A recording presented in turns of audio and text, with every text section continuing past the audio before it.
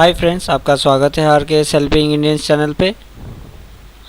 आज हम लोग कुछ सी प्रोग्रामिंग लैंग्वेज के बारे में डिस्कस करेंगे और ये एक्चुअली इम्पॉर्टेंट रहेगा बीए स्टेट के जो 11-12 के जिनके कंप्यूटर साइंस सिलेक्टिव हैं उनके लिए इम्पॉर्टेंट रहेगा। जनरली ये इम्पॉर्टेंट नहीं रहेगा जो कि 9-10 के लिए एग्ज़ाम दे रहे हैं, 9-10 के एग्ज़ाम 9-10 11 9-10 के जो टीईटी के एग्ज़ाम दे रहे हैं उनके लिए इम्पॉर्टेंट नहीं रहेगा, क्योंकि जनरल सेक्शन में प्रोग्राम रिलेटेड क्वेश्चन बहुत कम पूछा जाएगा। और प्रोग्राम रिलेटेड क्वेश्चन आपका हो सकता है आपका सी 11-12 के जो भी कैंडिडेट जिनका इलेक्टिव है सी उनको ही ज़्यादा ये पूछा, ये ज़्यादा चांस है, ज़्यादा चांस नहीं एक्चुअली 80 to 85% चांस है ये सी लैंग्वेज देने का, क्योंकि सी एक कोर्स प्रोग्रामिंग लैंग्वेज है। कोई भी लैंग्वेज पूछने के पहले इसका बेसिक नॉलेज देखा ही जाता है। तो 11-12 के बारे में 11-12 के जो बी स्टेट के एग्ज़ाम देने जा रहे हैं और जिनका इलेक्टिव सब्जेक्ट है इसके कंप्यूटर साइंस, तो वो ज़रूर ये देख के जाएं। ये एक्चुअली एक क्विक रिव्यू है पूरा प्रोग्रामिंग के बारे में। चलिए स्टार्ट करते हैं। C programming language was developed in 1972 by Dennis M. Ritchie at AT&T। AT&T का फुल फॉर्म है American telephone and telegraph Bell laboratories located in USA। अब इस पर्टिकुलर पैराग्राफ से आपसे 2-3 क्वेश्चन आपको आराम से बन जाएंगे। कौन से ईयर में बना, किसने बनाया, ठीक है, और ये AT&T का फुल फॉर्म क्या है, ये बहुत लकीली पूछा जाएगा। लेकिन हाँ, कहाँ हुआ था ये ज़रूर पूछा जाएगा, कहाँ डेवलप किए गए थे, कौन सा लैब में, और ये लैब है कहाँ। तो ये 3-4 क्वेश्चन आपको इसी में आपका घुसा हुआ है, तो इसीलिए डायरेक्टली मैंने फैक्ट्स के तौर पे लिया है, ठीक है। तो Dennis M Ritchie is known as the founder of C language. कौन है इनके फाउंडर सी लैंग्वेज के? तो डेनिस एम रिची। यदि इनके आपको यदि प्रॉब्लम हो, एम का मतलब होता है मार्टिन, ठीक है। आपको यदि एम ना दिया हो और मार्टिन भी दिया हो तो वो भी सही है, ठीक है। डेनिस मार्टिन रिची इनका पूरा नाम है। C programming language is developed to overcome the problems previous language such as B and BCPL etcetera. तो ये सी लैंग्वेज जो है आपका ये है आपका सक्सेसर है बी और BCPL का, ठीक है। और ऐसा नहीं जो सी लैंग्वेज आपका ये सब से ही बना है, सी लैंग्वेज जिससे बना है, क्योंकि जो आप देखिएगा आज के डेट में कोई भी लैंग्वेज बनता है तो कोई एक लैंग्वेज से ही वो लैंग्वेज को बनाया जाता है। ऐसा नहीं जो कोई नया चीज़ से उसको बना दिया जाता है, कोई एक लैंग्वेज से ही एक दूसरा लैंग्वेज निकल के आता है। तो ये जो सी लैंग्वेज है वो बी और BCPL लैंग्वेज जो था उससे ही ये इनहेरिट होके ये सी बना है, और इसका ही कुछ फीचर्स आपके सी में है। चलिए क्वेश्चन पॉइंट नंबर 4 देखते हैं। C language was first developed to be use in Unix operating system. तो ये यूनिक्स ऑपरेटिंग सिस्टम के लिए पहला यूज़ किया गया था। इसको पहला डेवलप किया गया था, एक्चुअली यूज़ नहीं, पहला डेवलप किया गया था ताकि ये यूनिक्स ऑपरेटिंग सिस्टम पर यूज़ हो। तो ये पहला डेवलप्ड हुआ था यूनिक्स ऑपरेटिंग सिस्टम के लिए, ठीक है। Next, C is a simple language as in the sense that it provide a structured approach. ये एक पर्टिकुलर स्ट्रक्चर्ड अप्रोच फॉलो करता है, इसलिए ये स्ट्रक्चर्ड प्रोग्रामिंग लैंग्वेज भी इसे बोला जाता है। कभी कभार ये भी आपको पॉइंट में रहेगा, is a structure programming language, is object oriented programming language. मतलब इसका 2 नाम है, प्रोसीड्यूरल प्रोग्रामिंग लैंग्वेज भी है ये और स्ट्रक्चर प्रोग्रामिंग लैंग्वेज भी है, लेकिन ये स्पेसिफिकली स्ट्रक्चर को फॉलो करती है। तो स्ट्रक्चर्ड प्रोग्रामिंग लैंग्वेज इसका सबसे मेन फीचर है, ठीक है। Next point, C is a structure programming language. देखिए यहाँ पे आ ही गया, C is a structure programming language in the sense that we can break the program into part using function, so it is easy to understand and modify. Function also provides code reusability, ठीक है। इसके बारे में हम लोग फिर बाद में भी पढ़ेंगे रीयूजेबिलिटी के बारे में, लेकिन एक पर्टिकुलर ये हम लोग को एक पर्टिकुलर स्ट्रक्चर प्रोवाइड करती है जिससे हम लोग अपने प्रोग्राम को तोड़ के भी प्रेजेंट कर सकते हैं with the help of function.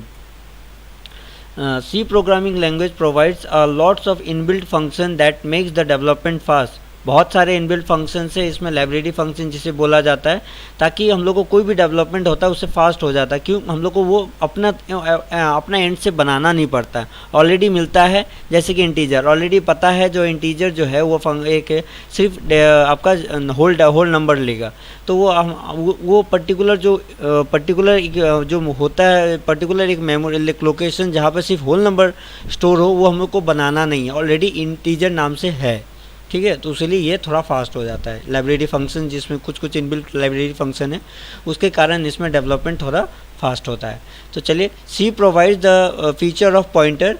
We can directly inherit with the memory by using the pointer. We can use pointer for memory structure function array etcetera. तो वे हमारे पास पॉइंटर फीचर है सी में पॉइंटर फीचर दिया गया है जो कि डायरेक्ट मेमोरी को डायरेक्टली आपको लोकेट करती है, ठीक है। Next point, in C, recursion enables us to reuse the code for the every function. It enables us to call the function within the function.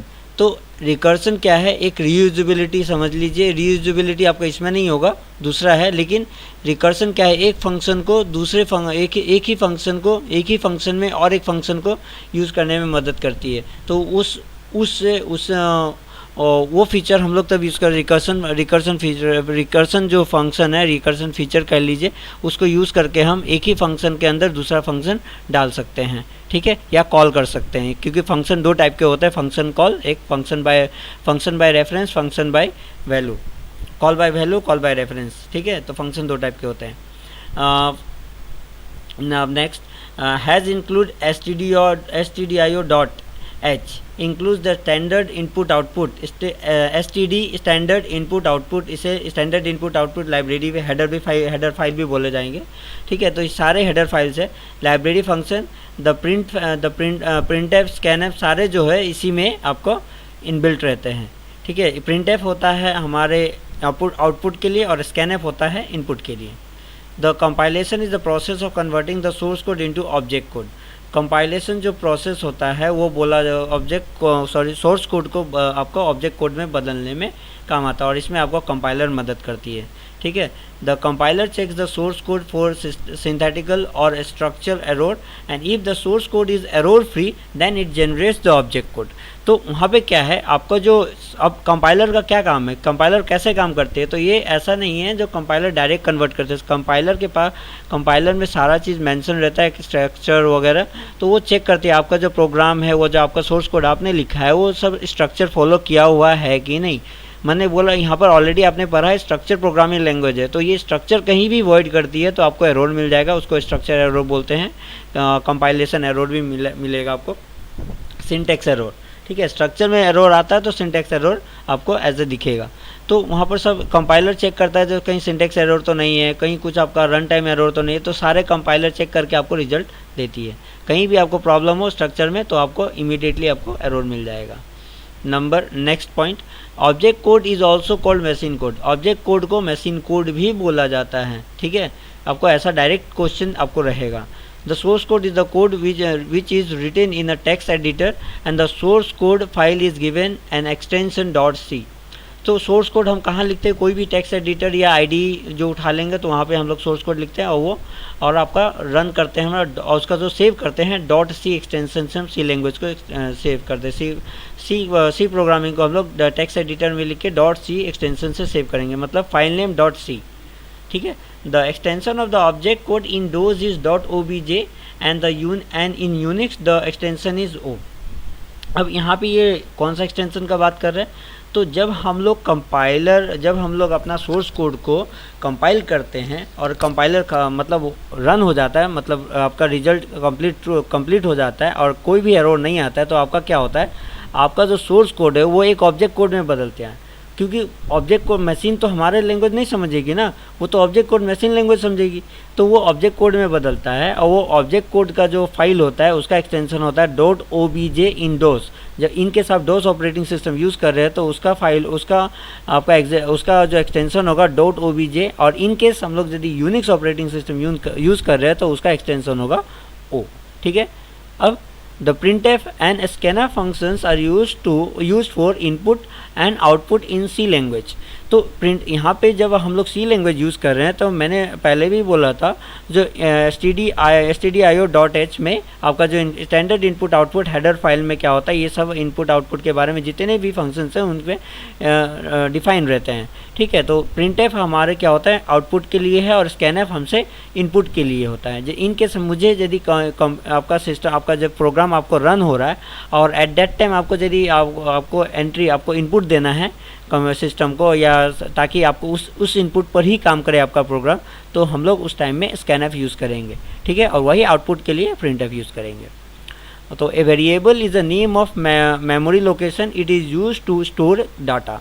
तो हम लोग कोई भी वेरिएबल यूज़ करते हैं, जैसे कि a=10, तो a 10 आपका ये हो गया वैल्यू हो गया, और a आपका वेरिएबल हो गया जाकि जहाँ पे आपका 10 जो वैल्यू है वो स्टोर है। तो वेरिएबल नेम आपका क्या होता है, मेमोरी लोकेशन को बताती है जहाँ पे आपका वैल्यू स्टोर रहता है। ठीक है, अब no white space is allowed within the variable name. In case आप वेरिएबल नेम दे रहे हैं तो आप क्या होगा, आप वेरिएबल नेम जब डिक्लेयर कर रहे हैं तो ध्यान रहे जो आपने वाइट स्पेस नहीं दिए हैं। वाइट स्पेस देंगे आपको क्या होगा, वाइट स्पेस अलाउ नहीं करते वेरिएबल नेम में। जैसे कि दो वर्ड में आप यदि आप अपना वेरिएबल नेम देना चाहते हैं तो ध्यान रहे जो वो 2 वर्ड के बीच में कोई गैप ना हो। आप या तो आप सिर्फ एक ही सिंबल यूज़ कर सकते हैं, वो है आपका अंडरस्कोर। ठीक है, देखेंगे यदि आगे होगा तो अंडरस्कोर के बारे में रूल्स में है। और यदि आपको और हाँ कैंडिडेट्स क्या होगा, जो आप जितने भी रूल्स हैं वेरिएबल डिक्लेरेशन का आप कमेंट सेक्शन में बताएंगे। ठीक है, आपके लिए यही एक होमवर्क होगा। So a data type specify the type of data that a variable can store. ठीक है, डाटा टाइप क्या है, बट ये आपको ये बताती है जो इस पर्टिकुलर जो वेरिएबल है उसमें क्या सिर्फ डाटा स्टोर होगा, क्योंकि ये पर्टिकुलर टाइप ही को स्टोर करने देती है, दूसरा को नहीं। जैसे कि इंटीजर सिर्फ होल नंबर ही स्टोर करेगी, कैरेक्टर नहीं। ठीक है, तो in C language basic data type are integer, character, float, double. आपका ये इसको आप इनबिल्ट डाटा टाइप भी बोल सकते हैं। ठीक है, आपका बेसिक डाटा टाइप तो integer, character, float, double. Basic ध्यान रहे, बेसिक आपको बार बार पूछा जाएगा बेसिक डाटा टाइप्स क्या है। बेसिक डाटा आपको ऑप्शन में दे दिया जाएगा, जैसे कि एरे, पॉइंटर, स्ट्रक्चर, और एक दे दिया जाएगा इंटीजर। तो आपको ये पूछा जाएगा बेसिक डाटा टाइप है क्या। ठीक है, इसमें से कौन सा बेसिक डाटा टाइप है। तो बेसिक डाटा टाइप आपके पास 4 है, integer, character, float, double. Integer आपका होल नंबर देती है। ठीक है, कैरेक्टर मतलब CHAR, कैरेक्टर मतलब सिर्फ ABCD या स्ट्रिंग कैरेक्टर या स्ट्रिंग में वैल्यू आपको लेगी।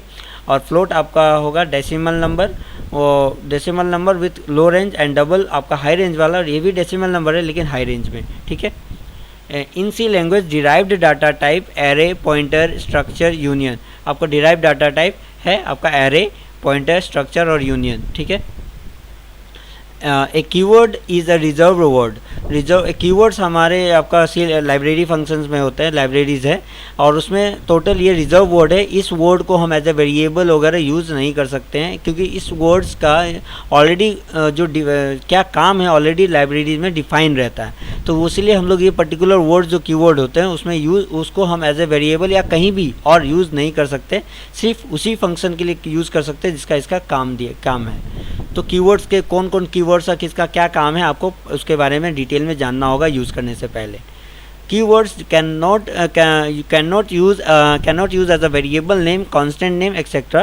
There are only 32 reserved words keywords in the C language. अब ये पूछा जाएगा आपसे total keywords in C language कितने हैं, तो 32 रिजर्व वर्ड्स है जिसे हम लोग कीवर्ड्स भी बोलते हैं। तो रिजर्व वर्ड्स को क्या, ये आपको डायरेक्ट क्वेश्चन ये भी कहा जाएगा C में, रिजर्व वर्ड्स को क्या कहा जाता है या कीवर्ड्स को क्या कहा जाता है। तो रिजर्व वर्ड्स को कीवर्ड कहा जाता है और कीवर्ड्स को रिजर्व वर्ड्स कहा जाता है। ठीक है, C identify represents the name in the C program, for example variable, function, array, structure, union, लेवल, एक्सेट्रा। ठीक है, आइडेंटिफाई वो पार्ट है जो कि आपको एक ये बताती है जो ये पर्टिकुलर है क्या।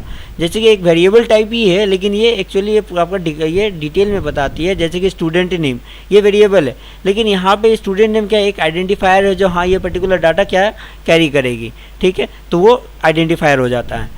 कॉमाज और blank space can not be specified with in an identifier. Comma और ब्लैंक स्पेस आप अलाउ नहीं करते, मतलब ये एक one type of symbol allow नहीं करती है विद इन एन आइडेंटिफायर।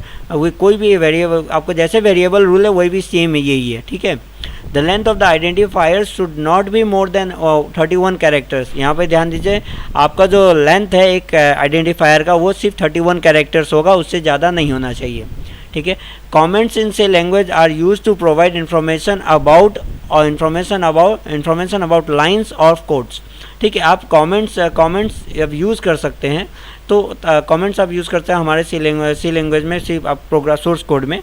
आप कमेंट्स लाइन यूज़ करके क्या कर सकते हैं आप, क्या होता है, आप पर्टिकुलर जो लाइन आप कोई भी स्टेटमेंट यूज़ कर रहे हो आप उसका डिटेल लिख सकते हैं साइड में, जो ये पर्टिकुलर स्टेटमेंट आप क्यों लिख रहे हैं। तो इसमें क्या होता है, कमेंट सेक्शन क्या होता है, इग्नोर कर, आप कमेंट सेक्शन कुछ सिंबल से दिया जाता है, जैसे कि single line comments are represented by double slash, ठीक है। Multi line comments are represented by slash asterisk और asterisk slash at the last, ठीक है। तो ये दो कमेंट्स है, single line comments, multi line comments. तो सी लैंग्वेज कितने कमेंट्स अलाउ करती है, तो वो है single line comments, multi line comments, there are, तो वहाँ पे दो टाइप का कमेंट है।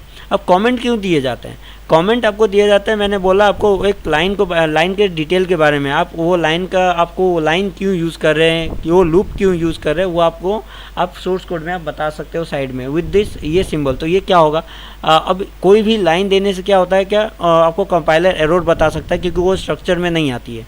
लेकिन जब ये लाइन रीड करेगी, चाहे डबल स्लैश हो या हैज़ और एस्ट्रिक, यदि आपको रीड करे कंपाइलर, तो क्या होगा, ये कमेंट लाइन समझ जाते हैं तो उसको इग्नोर कर देती है।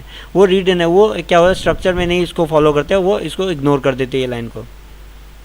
तो ये हमारे प्रोग्राम में नहीं दिखेगा, लेकिन सिर्फ सोर्स कोड में दिखेगा। चलो next point, an escape sequence in C language is a sequence of characters that doesn't represent itself when use inside string literal और कैरेक्टर्स। तो एस्केप सीक्वेंस आपका हैज़ और एक पर्टिकुलर कैरेक्टर से यूज़ होता है, जिसके या तो एग्जीक्यूट करती है या तो आपको एस्केप कर देते हैं, जैसे टैब, हैज़, एंड आपका न्यू लाइन के लिए। तो ये इसके सबको एस्केप सीक्वेंस होता है। तो कुछ हमारे इसके एस्केप सीक्वेंस है, जैसे कि 10 या 11 एस्केप सीक्वेंस है, जिसके बारे में हम लोग नॉर्मली आपका एस्केप सीक्वेंस आपको न्यू लाइन के बारे में और टैब के बारे में और बेल के बारे में पढ़ा जाएगा। जैसे कि बेल आपका ए है, ठीक है, बी और बी भी है, और बैक स्पेस के लिए आप बी है, और आपका टी के लिए टी है टैब के लिए, और एन है एन न्यू लाइन के लिए। Next, full form of ASCII is the American standard code for information interchange. ये तो नॉर्मल फुल फॉर्म है। चलिए next, constant is a value और variable that can't be change in the program, ठीक है। एक कांस्टेंट क्या है, आपका वैल्यू है जो कि एक विद इन प्रोग्राम में चेंज नहीं होता है। जैसे कि आपका 10 आपका क्या है, 10 का कोई सप्लीमेंट नहीं है, ये चेंज नहीं होगा, 10 का 10 ही रह जाएगा। So there are two ways to define constant in C programming, they are const keyword and hash define preprocessor. तो यहाँ पे दो से आप यूज़ कर सकते हैं, या तो कॉन्स्ट कीवर्ड से यूज़ कर, कॉन्स्ट आपका कीवर्ड है, कांस्टेंट इसे यदि मैं फुल फॉर्म बोलूँ तो, और हैज़ डिफाइन आपका प्री प्रोसेसर है, जिसके थ्रू आप कोई भी कांस्टेंट वैल्यू आप डिफाइन कर सके, आप उसको यूज़ कर सकते हो। अब literals are the constant value assign to the constant variables, ठीक है। लिटरल्स आर द कांस्टेंट, तो लिटरल्स आपका वो जो कांस्टेंट वैल्यू है जो कि वेरिएबल्स को असाइन किया जाता है। जैसे कि a = 10, तो 10 आपका लिटरल्स हो गया, किसके असाइन किया गया है, वेरिएबल a को। जैसे कि a = b = a, वो कैरेक्टर में मैंने अभी यूज़ किया a आपका वैल्यू है, और असाइन किसको किया है, b वेरिएबल को, ठीक है। तो octal number base 8, octal number का कितना बेस है, अब 8 है, ठीक है। रेंज क्या है, 0 to 7, ये मैं आपको बता दूँ, कभी कभार रेंज भी पूछ दिया जाएगा। Octal number base 8 is defined as a number in which 0 is followed by digit, ठीक है। तो ऑक्टेल नंबर कैसे रिप्रेजेंट होता है, जैसे कि 24 रिप्रेजेंट करना है मुझे, तो ऑक्टेल नंबर में मैं रिप्रेजेंट करूँगा 0 24, तो आगे का जो 0 है वो ये बताती है जो ये ऑक्टेल नंबर है, ठीक है।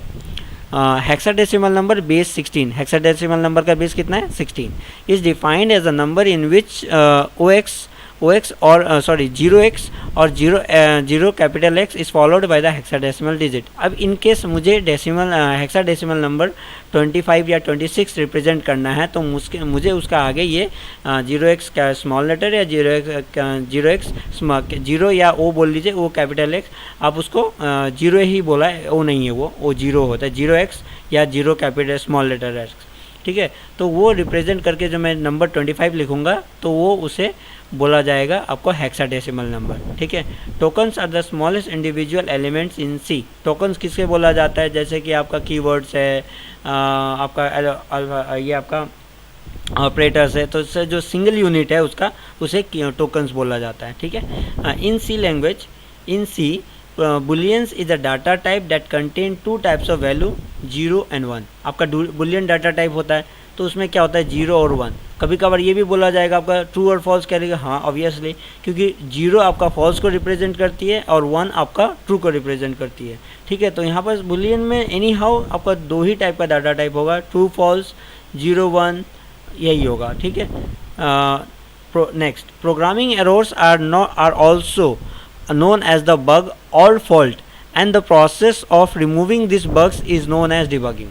ठीक है, आपको जो एरर मिलता है उसको बोला जाता है फॉल्ट, या कंप्यूटर लैंग्वेज में मैं बोलूँ तो उसे बग्स बोला जाता है। ठीक है, और आप उसको सॉल्व करते हो, बग फ्री बनाते हो, तो उसे बोला जाता है डिबगिंग। ठीक है, तो ये बहुत इंपॉर्टेंट रहेगा, आपको ये घुमा के क्वेश्चन ऐसा पूछा जाता है, बग्स को क्या, बग्स किसे बोला जाता है, एरर आने को बग्स बोलता है। ठीक है, और वही एरर रिमूवल को बोलता है डिबगिंग। ठीक है, तो program errors are also known as bugs और faults and the process of removing this bugs is known as debugging. तो ये बहुत इंपॉर्टेंट है, ये वाला जो क्वेश्चन है ज़्यादातर आपको घुमा के पूछा जाता है, क्या बोला जाता है इसे। ठीक है, तो आज के लिए इतना ही फैक्ट्स था। नेक्स्ट पार्ट इसके कंटिन्यू करेंगे, क्योंकि सी इतना में ख़त्म नहीं है, बहुत वास्ट है ये। यदि मैं शॉर्ट में भी करके जाऊँ तो मिनिमम पार्ट 2-3 ये आपको और 2-3 पार्ट में बनेगा। ठीक है, तो अभी कंट्रोल सिस्टम, डिसीजन सिस्टम बाकी है। तो आज के लिए इतना ही था, क्योंकि धीरे धीरे करेंगे ना, सारे एक साथ हम लोग कवर करेंगे तो ऑब्वियसली हमारे लिए भी प्रॉब्लम, आपके लिए तो बहुत प्रॉब्लम होना ही है, क्योंकि एक साथ तो कवर होना नहीं है। ठीक है, चलिए आज इतना ही, इसको आप इसको कंप्लीट कर लें, आप इसको देख लें। कहीं भी आपको थोड़ा भी प्रॉब्लम लगे तो आप कमेंट सेक्शन में लिख के बताएं, और यदि कुछ ऐसा लगे जो इम्प्रूव होना चाहिए तो उसके लिए भी आप कमेंट सेक्शन में बताएं। ठीक है, और मैंने जो बोला था, आप रूल्स के बारे में लिखेंगे तो ज़रूर आप लिखें, ताकि इससे मेरे लिए अच्छा नहीं होगा, आपके लिए अच्छा होगा, आप उसके बारे में जान जाएंगे। तो आज के लिए इतना ही था, धन्यवाद, थैंक्स फॉर वॉचिंग। और इन केस ये चैनल को आपने सब्सक्राइब नहीं किया हो तो प्लीज़ आप सब्सक्राइब कर लीजिएगा, और वीडियो कैसा लगा ये आप कमेंट सेक्शन में लिख के बताएं, और प्लीज़ इस वीडियो को लाइक और शेयर ज़रूर करें। Thank you, have a nice day.